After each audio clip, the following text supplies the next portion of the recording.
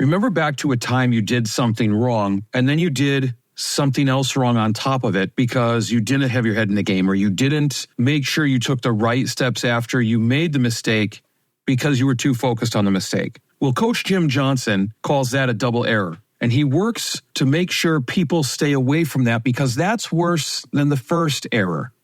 And he talks about that on part 2 of his episode on Seeing to Lead. Hey, everyone, it's Dr. Jones with another episode of Seeing to Lead, and it's part 2 with Coach Jim Johnson, where he's talking about that double error and how to stay away from it. Oftentimes, we get caught up in our own heads, and we don't make sure to focus on continually moving forward, even in the face of mistakes, because after all, that's how we get better. You know, issues will come up, problems will come up, but the best way we can get through those problems is to be proactive in solving them, because they're going to be there. But if we set up systems and ways to deal with them, they don't seem quite as big or insurmountable. Coach Johnson talks about this by emphasizing the way you get better is by having an intentional growth plan, because in your course, in your journey, you're either getting better or getting worse. There's no in between, which is why continuous improvement and self-development is crucial to being a successful leader. This second half of his episode has so many tips and strategies that you can do with teachers, students, other leaders you're working with that you are definitely going to want to jot down and remember. Speaking of jotting down and remembering, if you like what you hear, don't forget to hit that subscribe button and give the show a rating and a review so other people can benefit just like you. So that sounds like a lot. In this episode, we're talking about being proactive, offering up strategies, and the idea that you are continually growing. But don't just take my word for it. Let's listen to Coach Jim Johnson on Seeing to Lead. You as a servant leader, you are working for your people. In that, you work with them, they don't work for you. And I think that, words are very powerful in getting clarity. And with that, I think there's 2 other things I think are essential. I think it's your own personal growth. You're either going to get better or you're worse. I don't think you stay the same. And so I think effective leaders are continuing to grow. And then the third part, which I think is essential in servant leadership, is teaching people how to help them lead themselves better, and so they can positively influence and be leaders of others.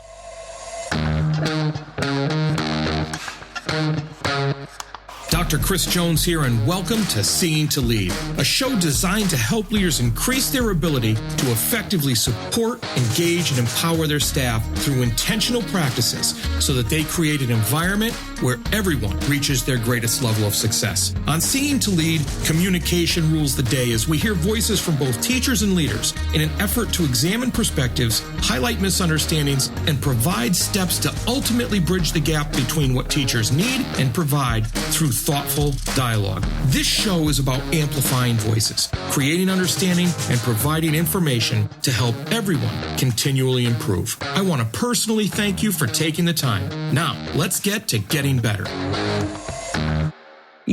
Another part that you talked about when we talk about positive reinforcement, we talk about wins and losses, and we talk about grades, especially in school and academic settings. You had talked about, and this was a part I really liked in your book, because you brought up one of my favorite all-time movies is Hoosiers. And you brought up the idea of dealing with difficult parents becoming one of the hardest realities when you come into a leadership position, whether it's a coach, whether it's a principal, whether it's whatever. Coach, it's often dealing with playing time. Principal, it's often dealing with unfair grades, and they want different grades. Mm-hmm. So how did you deal with that? Because you have to stick to your values, and you have to protect the program, as odd as that sounds, or, cliche as that sounds, where a leader needs to protect their teachers. Mm-hmm. So, and to me, it's all about integrity, but I'd love to hear how you deal with that. So I think the first thing that's really important is to be as proactive as you can, stealing Stephen Covey's first habit. And that is the fact that we did gain a lot of help by having a parents-players meeting after, we did it for all three. We had three teams in our high school. So after all the teams were chosen, we would meet.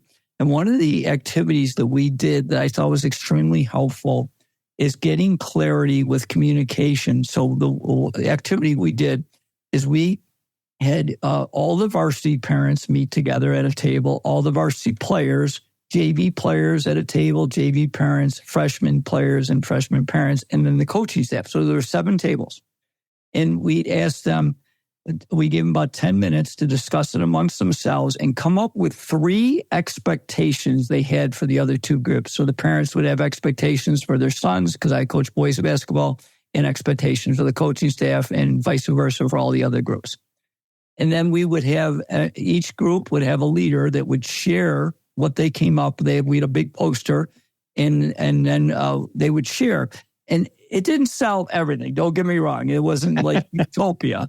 But what it did is it really gave us clarity of what we were hearing from the parents, what was most important in working with their sons, and also hearing from the players, what were they expecting out of the coaches and their parents. And I think that was very helpful. The other thing I think is hugely important that I see you did a lot, and I really admire for that, is you need to have one-on-one meetings. You got to be checking in all the time. In your case, your staff. For me, it was a lot with my players. And the other thing I did, you have a leadership team at your school, whether it's your athletic director and assistant principals, might be a director of guidance, whatever it happens to be. For me, my leadership team was my assistant coach and my 3 captains, or 2 or 3 or 4, whatever it happened to be. And we met every week. And it was always on a Monday, except if we played on a Monday, which would be rare. And it's funny, Chris, because most of the first half of my career, I did captain's meetings, but it was all about my agenda. The second half of my career, which was much better, was all about my questions. So you asked my players, when you come in and coach will start. First question, how's the team culture? What do we need to get better this week? How can I coach you better? Is there anyone on our team that we're not aware of that's really struggling, that needs some help right now? Those are the kind of things. And they would just, so they were in the meeting. They were sharing the ideas, and they felt like a big part. The other thing, I don't know if you do, I did it some, and I wish I would have done it more, and I highly recommend it, is that in your case, I would suggest that you have your meeting with your leaders, but invite a teacher or 2 just to get their perspective on what comes in. Because that's what I did, is I started bringing in a player that was a non-captain and getting their perspective. I thought that was really powerful, and I wish I would have done more of that, because then people are getting ownership. Because I know you had mentioned earlier, and something I think I did much better the second half of my career is really trying to teach my players how to be leaders themselves. And I think that's what you're trying to do with your teachers. They lead a classroom. They're the closest to the students. So it's funny because I always laugh because I'm a professional speaker now, and and many of my colleagues like, how do you do that? I said, you do that every single day. Right? What do you mean? How do I do that? So that's funny. Yeah, no, and I really like that idea of bringing a teacher. And now we've had every once in a while a teacher has come in that is studying for their administrative license, so they need to do hours they want to. So I they kind of shadow me with different things. So it's not like I had the foresight to say, hey, this would be really cool and help them out. But now that you mentioned that, I started writing furiously when you said that about make sure I get a teacher in there. And one of the things that you said stuck out to me is, and I just called it the question agenda in my notes just to write that, but how you didn't really have an agenda, you just asked questions. I have an agenda when I go in, but the last item on my agenda that when somebody hasn't been in a meeting with me kind of takes them back a little bit is, what did I miss? And so it lets people throw whatever they want on there. But I think I like the idea of making it more about questions and maybe, whittling the agenda down a little more, because I don't like meetings. Nobody likes meetings, but whittling that down so that maybe there's 2 fewer items and that time is filled by questions about what are they seeing and so forth. So I really like that. Thanks for that offer, Bert. Yeah, I'll share one other thing that we did that I think, because we all know in any kind of leadership, the major key is building relationships. And so one of the things that we, obviously we spent a lot of time with our kids, but and meetings, sometimes at the start of a meeting, we didn't have team meetings almost every day, but they were usually very short. But sometimes it'd be a little longer intentionally. But I would start the meeting with this question: if you really knew me, and we did it two different ways. So one way we would do it is in partners. So they would share with each other something about that they knew their partner didn't know about them. And, I kid people. I'd say, I know this is a little graphic, but if you're an axe murderer, please don't bring that up. Okay. But anyways, and then when we did it with partners, then, teach the kids to be a leader is we have the partner share about the other player, something they learned. And sometimes we do what we call a team wraparound. So we would just have each player go around so everybody could hear it publicly at that.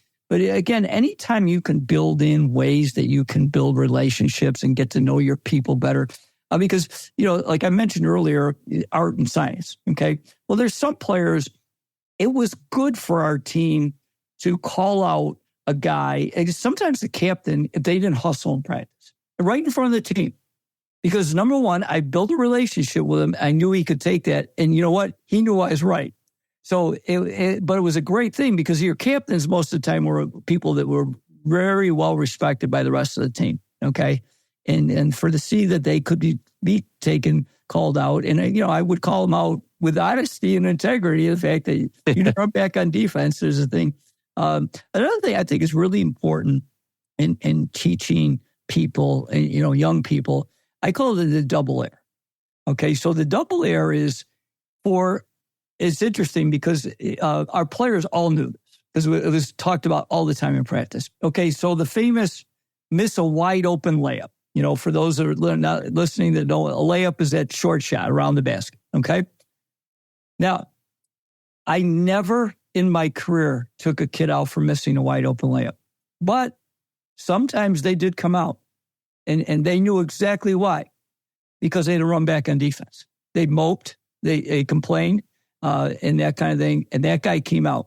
And it's funny because, a couple of parents, hey, you're taking him out because he missed the layup. Oh, no, ask your son. They know. That's such a powerful thing.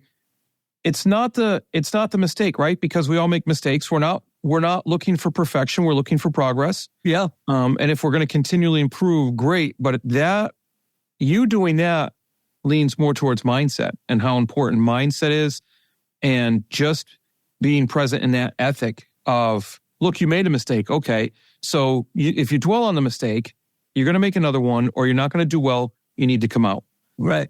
Because clearly you've already made another one. You didn't hustle back on defense, to use your example. Right. But if you don't and you jump right back in, okay, you're shedding that, you're brushing it off, and you're doing better with it. So that's such a great lesson, especially for students to learn, because we often talk about in schools, learn from your mistakes. You can't learn unless you make mistakes. Right. And we don't always model that as educators, as leaders. Yeah, certainly.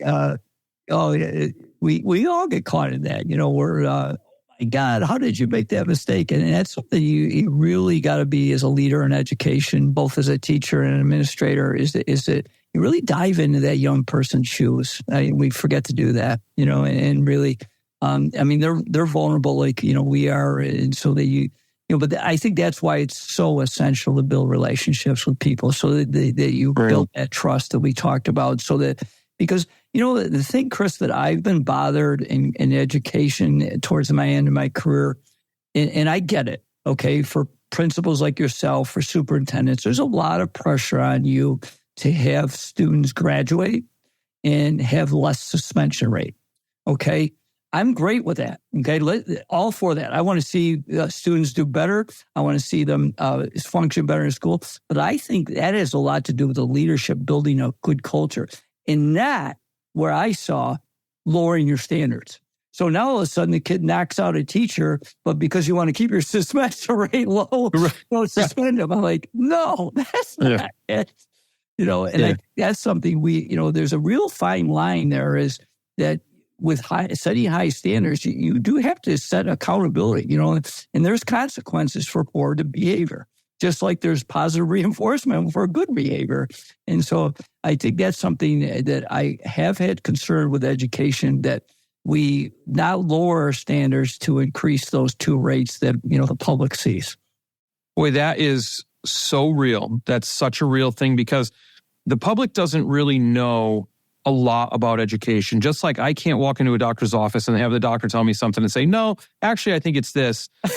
It doesn't work that way. But for some reason, everybody went to high school, and so they know how high school runs. But when you talk about those things, especially the consequence piece, I tell people, because you said a bad word there, you said accountability. So people don't like to hear that word often. Absolutely. Well, they do when it's not having to do with them, exactly. Or their kids. But when I talk to people, I talk about consequences, and I say, look, every single action we do has a consequence. Excellent. Every single one. So if we do good things or things that are beneficial to us, they have good consequences. If we do things that aren't beneficial or are detrimental to ourselves or others, they have bad consequences. And that, coupled with the idea that discipline is not something that we do to people, we do it for people. Excellent. Yeah. Because we've mislabeled the idea of discipline. When we talk about disciplining somebody and turn it into a verb, it's an action that we're doing to somebody, instead of realizing that the only way we're successful in life is through discipline. Yeah. And that helps us achieve our goals. That helps us be accountable for what we need to do, for whether it's you're talking about whether it's the students in front of you in a classroom, whether it's the teachers in your building, whether it's the players on the court, whether it's your family. Yeah. If you're going to support your family or do right by your family, you need to be accountable, and you need discipline to make that. I'll say two words that I used to say to my players all the time and my students: life accumulates. Okay. And your choices are either going to lead you in the right direction, or they're going to lead you down a bad path. And so your daily habits that turn into your daily decisions are going to either enhance what your life looks like, or are going to really send it in the wrong direction. So that's something I so believe in, that, it's the reality of life. That's fantastic. Do you mind if I edu-borrow or steal that as a better term? Absolutely. Absolutely. Life accumulates. You willing, because you know what, Chris? I'm a great thief of ideas. I have an idea journal, and I write down ideas, and I try to give credit when I can. But I think that's one of the things as an educator is, I really push people. I do another talk on the 10 questions all leaders should be able to answer. It's all about personal leadership. And one of the questions, do you have an intentional growth plan? Are you trying to get a little bit better? Because I do. I feed my mind on average 75 minutes every single day. And so, those are things that, because if I get a little bit better, is the famous adage, when the leader gets better, everybody wins. And so that's what I try to do, is I try to get a little bit better, so now I can share my knowledge and listen and help people get better themselves. Because when you have that servant heart that you want to see your people do well. And then, you know what? I know that's hard sometimes, but my greatest things right now in my life are seeing my family, the former players, my former assistant coaches that have had success. I'm like, wow, that's really good stuff, and be happy for them, not jealous, because, in fact, I'll tell you one little quick story. When I was a head coach in this small school, and this is when I started to get into my own personal growth. So it was a league, and this one guy dominated the league. They won the league every single year. And, when I went to the first coaching meeting, everybody of the coaches was jealous of him. He cheated. I have no idea. I befriended the guy. I'm like, this guy knows what he's doing. And we became good friends, and he helped me immensely, because everybody else, he was like the enemy to everybody else. I'm like, hey, this guy's got it figured out. I got to find out what he's doing, so. Yeah. No, hey, you learn from other people, right? And it's interesting because and now this is a perfect example. I just spoke to, we recorded an episode for this show a couple of days ago, Vicki Wilson, and she has a book out about instructional rounds, and she talks about the usefulness of instructional rounds. Now, we love our terms, we love our fads in education where we name all these things. So, if you get past the name piece of it, it's where teachers go in and notice or observe another teacher teaching in their room. And then they go out and they discuss it and they have a reflective discussion about it. And they do a couple things. And then you have all these different strategies and lessons that you see. The way she did it in her school, and she was in a very cultural, tough position. She did it in her school where her main rule was positivity. You had to be positive about it. You couldn't just be negative about something you saw in a classroom. So she'd do these rounds and go in with her team for 10 minutes, observe, come out, debrief for 5 minutes. And then she shared the findings with the staff. Well, if we could do that at every school, you're sharing, and I can't stand the word best practices, but that's a whole nother podcast episode. Right. We're sharing wise practices. Yeah. That's how we learn, because we can't come up with every idea or know every single piece. And as a matter of fact, the best professional development we did is I ran an in-house conference with my teachers. They gave to me proposals for sessions they wanted to run, much like a conference you go to. Right. And then I put all the proposals out and staff voted where they wanted to go by their feet that day. I scheduled them like a regular conference. Yeah. And they got to go see everything from discussions about homework to the importance of movement put on by the PE teachers to where they changed their practices in their classrooms. That's awesome. Because sometimes that's all you need is that spark to see a difference. So the idea of not, being on board or rooting for somebody that's having success, I don't understand it. That's a quick way to the bottom. Yeah, I think, just to augment one thing, because I did read that in your book, and I smiled when I read it. I was like, wow, this guy understands, how important the teachers having an input, and what they need is that, because I saw a lot in, I was in education for 35 years. I saw a lot of silos, where, you were in your own classroom and really no one else what was going on. And to me, you need collaboration. That's got to be, not just the science department, we can learn from each other. And what you did, I think, is just amazing, is that, and I think we hurt ourselves as educators when we become silos instead of, hey, we're an open book. I want to learn just like you do, and I think sometimes we, and that's a great way to get a veteran teacher back and, involved is, hey, Jim, what's going on? Can you help us out? You've been running classes and then also then they're going to be open to, hey, what's Susie over in the math department? Right. Right. And so and that's good stuff. Well, isolation's a choice, right? Yes. We talk about the loneliness of jobs, but it's a choice. Yeah. Yeah. I heard a statement from Brian Tracy that I thought was really powerful. They said, leadership is lonely at the top, and he said, if that's the way you believe, then you're not a good leader. I thought it's pretty powerful. That is pretty powerful when you think about it. Supporting your teachers and students seems to be a struggle. They just don't seem to be engaged. You wish they would take more responsibility for their learning and culture of the building, but they just don't seem to be empowered enough to do it. So, my question is, have you checked out the book Seeing to Lead yet?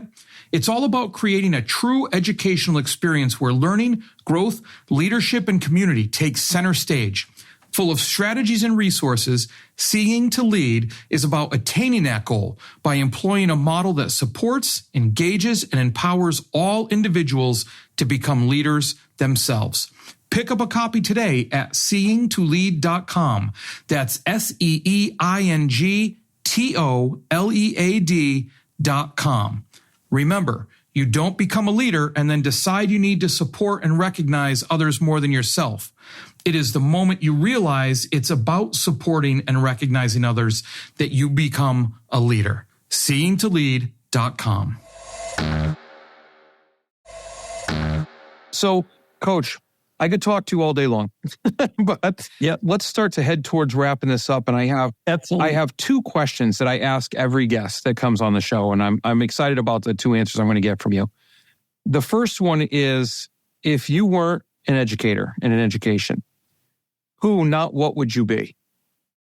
It's a question because I was so into basketball and I loved getting into leadership and building teams. So it would be probably that I would have tried to go into a higher level of basketball, college coaching and professional level. just because I was so passionate about the game and I love building teams.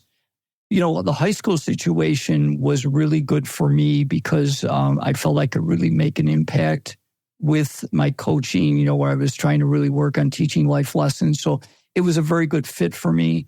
But it's hard for me to say other things that I would have done because I know it wouldn't be something like with anything mechanical, but this guy doesn't have it. Just ask my wife. But it's funny because my wife says he can't do much at home, but he can coach basketball. There you go. So that leads me to a follow-up question. Yeah. So you coach at the higher level, maybe a higher level college or maybe even in the pros, right? Do you have the same philosophy? Or does it become too overwhelming because of the dollars attached and the importance of the wins and losses? Or do you stay true to the idea that they'll come? Yeah, it's a really great question that because I didn't coach at those levels, I do believe the people that last a long time do have a really set core values and that they really have beliefs and then they strive to keep getting better. I think those are characteristics of no matter what level you are. And I think the people that do last are people, the adage I love to say is when people think of a person of high integrity, do they think of you? And that's something. So I would have a hard time with what my belief system is if I couldn't be the person of integrity day in and day out, to coach at the Division I basketball level or in the professional level. That if I had to lose my integrity, then I know that it wouldn't be the right spot for me. So, fantastic answer. The reason I asked that is because as you look at, when you look at moving up levels in athletics, I almost equated to moving up levels in the school system. Yes. So, does it become more difficult to stay true to that when you become a superintendent? Yeah. Or something like that. So that's why I wanted to follow up with that. I say one quick thing too, Chris, is, the one thing that I always thought about is remember where you came from. Okay. Mm-hmm. And I think, it's for educators because, I have some good friends that, started as a teacher and a coach and then they moved to, to be the athletic director and then the principal. And I've had a couple that made it superintendent. And the ones that were successful, they always remember where they came from. And they didn't then just sit in the ivory tower and I'll tell you, I'll kid you one thing because I know this is not your, but I had a middle school principal and I taught in the middle school a number of years ago and he was a great guy. But you talk about managing by wandering around. I never saw the guy. He came into our office one day. It was like 6 months into it. And he had a question for me. I was like, Dan, I've never seen you before. What are you doing here? I mean, it's one thing to leave your teachers alone, but it's another to disappear. You disappear. Yeah. That's what I just kid, because I always think of, the best leaders I had and some of the ones that weren't very strong. And a lot of it had to do with, do they really know that do you know they care? Right. Right. It's funny because myself, my assistant principal, my dean of students, we have a joke and my admin assistant gets in on it too, where if we go the day without seeing each other, we reintroduce ourselves. So I'll stick out my hand when I see him and I'll say, hi, I'm Chris Jones. I'm the principal here. So just to keep each other on track as to what we should be doing. But right, exactly. So Coach, what's the most important piece of advice you would give to leaders as they work to better support, engage, and empower those they lead? So I think the first thing is getting clarity, which I think is the most essential part of leadership, is servant leadership. And I do another presentation on that. And the way I define servant leadership is kind of the traditional pyramid was the leader was on top and everybody was underneath working for the leader. And it's really flipping the pyramid. And now you as a servant leader, you are working for your people. In that, you work with them, they don't work for you. And I think that, words are very powerful in getting clarity. And with that, I think there's two other things I think are essential. I think it's your own personal growth that you're either going to get better or you're worse. I don't think you stay the same. And so I think effective leaders are continuing to grow. And then the third part, which I think is essential in servant leadership, is teaching people how to help them lead themselves better and so they can positively influence and be leaders of others. That's awesome. Fantastic advice. And, I just have to let the listeners know that there's more of that advice in your book, A Coach and a Miracle. As I read through it, and I told you I haven't finished it. I'm almost at the end. I'm almost there, but just so full of great advice and tidbits, like you said. So I have to tell all my listeners to make sure they go out and get that book, pick up a copy. And you also do speaking too. So what's the best way people can get in touch with you whether they just want to get in touch with you because you're so responsive, or whether they want to see about having you come speak or do some work with you? Yeah, so it's CoachJimJohnson.com. That way I wouldn't forget it. So on that, if you go to the website, obviously it's got I have a lady that I work with named Kate. She's awesome, that works with anything from people who want to bring me in to speak or do workshops. I do a lot of keynotes and workshops. But we have a lot of free stuff. I have a monthly newsletter that's for free. We have a weekly blog that you can sign up. I have our own podcast called the Limitless Leadership Lounge. Our focus is to help young and emerging leaders. And I also have a YouTube channel. So I try to, I share a lot of things. I do a book recommendation. In fact, this guy, Chris Jones, his book was recommended today. Called Seeing to Lead. Well, very well done, my friend. And you know what? My goal right now is I just want to give back and help people. And so if I can help people, whether it's reach out to me on my website. In fact, I'll give you my personal email, jjhoops. I can get the hoops out of me at rochester.rr.com, and feel free. But there's all the information. There's another email on the website and a phone number that you can reach out to myself or my manager as well. So absolutely fantastic. And I'll put all that stuff in the show notes. Thank you. Because I just think you could be such a help and such an add-on for any leader or any organization that, wants to do some extra work and take some steps to get better. Yeah, I've done a lot of work in education. I've done a lot of opening day keynotes and obviously at PD days and assemblies and all that kind of stuff for the schools. And, it's neat to be able to try to make an impact with what you do. Perfect. Well, Coach, thank you very much for coming on. I appreciate the time you spent with me. I've learned so much in just this conversation. I had a blast talking to you. So I look forward to continuing to work with you and really appreciate you coming on. Thanks so much. Same here, Chris. I look forward to growing and continuing our relationship. I really admire what you're doing. So.